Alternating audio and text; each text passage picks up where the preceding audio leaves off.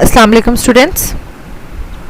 This is third part of the Federal Board MCQs past papers और इसमें हम 2018 supply exams के MCQs को डिस्कस करेंगे और हम ये देखेंगे कि जो भी सिंपल टिप्स एंड ट्रिक्स हैं जिससे हम बहुत जल्दी से जो है वो आंसर सेलेक्ट कर सकते हैं, क्योंकि हर जो MCQ का जो क्वेश्चन होता है ना वो आपको कोई ना कोई क्लू दे रहा होता है आंसर से रिलेटेड, लेकिन स्टूडेंट्स को वो आइडिया नहीं होता कि मतलब हमें ये क्वेश्चन ही जो है ना खुद से ही आइडिया बता रहा है कि कौन सा ऑप्शन करेक्ट है। ठीक है, तो आपने उन टिप्स एंड ट्रिक्स को ध्यान से नोट डाउन करना है।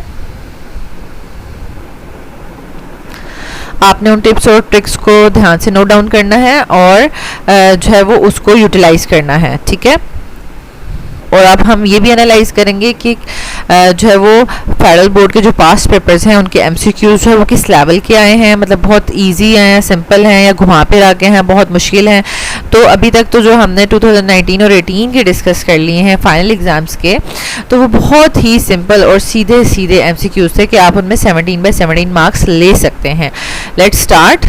तो यहाँ पर स्टूडेंट्स मैंने 2018 का सप्ली एग्ज़ाम्स का MCQ पेपर ओपन कर लिया है। तो यहाँ पर हमारे पास जो फर्स्ट MCQ है that is which of the following is most stable cation. देखिए हमने फोर्थ ग्रुप में पढ़ा है कि टॉप टू बॉटम जो है वो +4 की स्टेबिलिटी कम होती जाती है और +2 की इंक्रीज होती जाती है। इसका मतलब है कि बिल्कुल टॉप पे सिलिकॉन है, तो सिलिकॉन इन +4 जो है वो मोर स्टेबल कैटाइन होगा। ठीक है, बी ऑप्शन करेक्ट है। देन हमारे पास which wavelength is green colour associated. तो ये आपके पास एक छोटा सा टेबल बना हुआ है एनालिटिकल केमिस्ट्री में, उसमें कलर्स के साथ वेवलेंथ्स दी हुई हैं। तो आप देखें 520 to 580 जो है वो ग्रीन कलर की दी हुई है। ठीक है, तो यहाँ पर हमारे पास option D correct, A correct है, 500 to 580। तो ये ग्रीन कलर की वेवलेंथ है। ये देखें नॉलेज का क्वेश्चन है, जिसने याद किया होगा वही लिखेगा। Stability order of simple alkyl carbocation. तो देखें कार्बोकैटाइन्स की स्टेबिलिटी आप ज़रा नोट डाउन करें कि 2019, 18 फाइनल पेपर्स में पूछी जा चुकी है। अब अगेन यहाँ पर अल्काइल कार्बोकैटाइन की यानी सिंपल अल्काइल कार्बोकैटाइन की स्टेबिलिटी पूछी हुई है, कौन ज़्यादा स्टेबल होगा। ठीक है, जाहिर सी बात है कि जो हमारे पास कार्बोकैटाइन होता है, ठीक है, तो वो उसके साथ अगर 3 अल्काइल ग्रुप्स अटैच हैं, ठीक है, तो वो जाहिर सी बात है ज़्यादा स्टेबल होगा, क्योंकि सब उसको इलेक्ट्रॉन्स डोनेट कर रहे हैं और उसके पॉजिटिव साइन को स्टेबल करने की कोशिश कर रहे हैं। ठीक है, तो यहाँ पर हमारे पास देखें ये बी ऑप्शन करेक्ट है कि टर्शियरी वाला सबसे ज़्यादा स्टेबल होगा, फिर उससे कम सेकेंडरी, फिर प्राइमरी, सबसे कम मिथाइल। ठीक है, तो सबसे ज़्यादा स्टेबल जो है वो टर्शियरी वाला होगा। नेक्स्ट है question number 4, which of the following is not a dehydrating agent. तो ये अब आपने जो है वो डिहाइड्रेशन ऑफ अल्कोहल्स में आपने पढ़ा होगा, डिहाइड्रेटिंग एजेंट्स यूज़ करते हैं, ठीक है, अल्कीन्स वगैरह बनाने के लिए।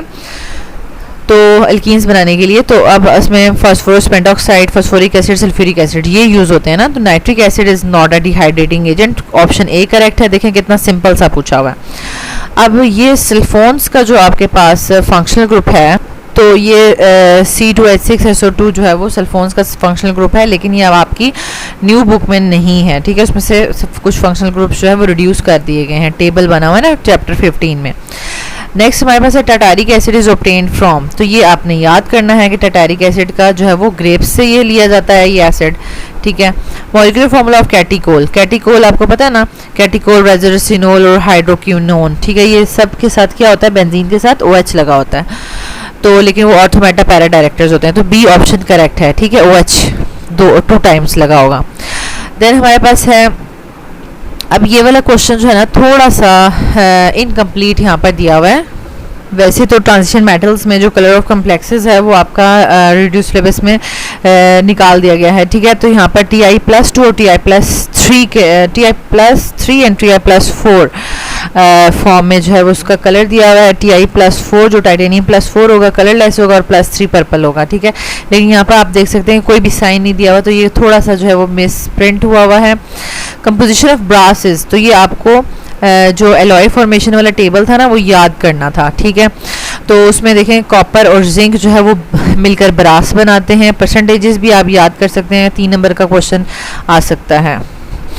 विच of the following is simple protein. ठीक है, तो अब आपने ये जो सिंपल और कॉम्प्लेक्स डिराइव प्रोटीन्स हैं उनकी एग्जांपल्स याद करनी है। तो जो सिंपल प्रोटीन्स हैं वो यहाँ पर हमारे पास हैं हिस्टोन्स। ठीक है, ऑप्शन बी करेक्ट है। मॉर्डेंट्स आर सॉल्ट्स ऑफ, तो ये हमारे पास एल्यूमिनियम के सॉल्ट्स होते हैं। ठीक है, ये भी आई थिंक जो आपके उसमें रिड्यूस सिलेबस में एब्सेंट है। मिटीसाइड्स, ये पेस्टिसाइड वाले टॉपिक से आया है। Are used to control ticks and mites, D option correct है। कितना इजी क्वेश्चन आया है, मतलब ऑब्जेक्टिव आया। What is the value of BOD for clean water. देखें, अब BOD COD वाला टेबल मैंने आपसे कहा था याद कर लें, तो वो BOD और COD का डिफरेंस भी आ जाता है। तो उस टेबल में आप देख सकते हैं BOD की जो है वो वेरी क्लीन वाटर, फिर इसी तरह से डर्टी वाटर, इन सब के लिए जो है वो वैल्यूज़ दी हुई है। तो क्लीन वाटर की वैल्यू जो है वो 2 है। ठीक है, अच्छा, catalytic oxidation of benzene takes place in the presence of, again catalytic oxidation of benzene का जो रिएक्शन है वो रिड्यूस सिलेबस में नहीं है, और वो कैटालिटिक ऑक्सीडेशन वेनेडियम पेंटॉक्साइड की प्रेजेंस में हो रही है। तो बी ऑप्शन करेक्ट है। नेक्स्ट है which of the following is an acid catalysed reaction. देखें, आपने जब ये एल्डिहाइड की और कीटोन्स वाले में जब रिएक्शंस करना स्टार्ट किए थे तो पहले आपने बेस कैटालाइज किए थे, और बेस कैटालाइज में आपके पास सबसे पहला जो रिएक्शन था वो एडिशन ऑफ हाइड्रोजन साइनाइड था। ठीक है, फिर आपने कंडेंसेशन रिएक्शंस किए थे, हेलोफॉर्म रिएक्शंस वगैरह किए थे, और फिर जो एसिड कैटालाइज बाद में किया था ना उसमें पॉलीमराइजेशन ऑफ एल्डिहाइड्स था। ठीक है, और वो भी एब्सेंट है रिड्यूस सिलेबस में। तो ये देखें, ये ऑप्शन ए करेक्ट है। देन आपके पास आ जाता है malonic acid is common name for. तो यहाँ पर आपने कार्बोक्सिलिक एसिड चैप्टर के नोमेनक्लेचर्स याद किए हुए हैं। तो मेलोनिक एसिड देखें किसका कॉमन नेम है, प्रोपेन डाइओइक एसिड का कॉमन नेम है। ऑप्शन सी करेक्ट है। Which of the following will not give iodoform test, कौन आइडोफॉर्म टेस्ट नहीं देगा। तो देखें, एसीटोन तो देगा क्योंकि उसके पास मिथाइल, वो मिथाइल कीटोन है। एसिटल्डिहाइड, एल्डिहाइड में सिर्फ एसिटल्डिहाइड ही आइडोफॉर्म टेस्ट देता है, ये भी देगा। और एथेनॉल एसिटल्डिहाइड का ही दूसरा नेम है, कॉमन नेम है, सॉरी आयोपैक नेम है।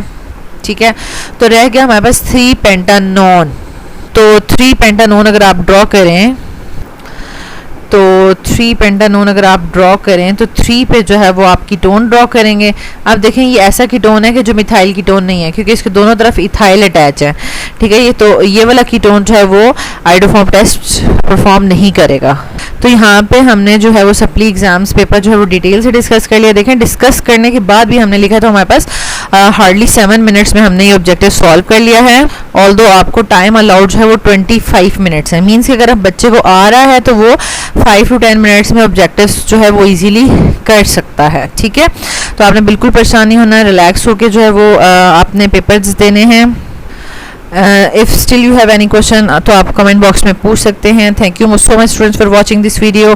और अगर आपको ये वीडियो अच्छी लगी तो आप इसको ज़रूर लाइक करें और इसको दूसरे स्टूडेंट्स के साथ शेयर भी करें। Thank you.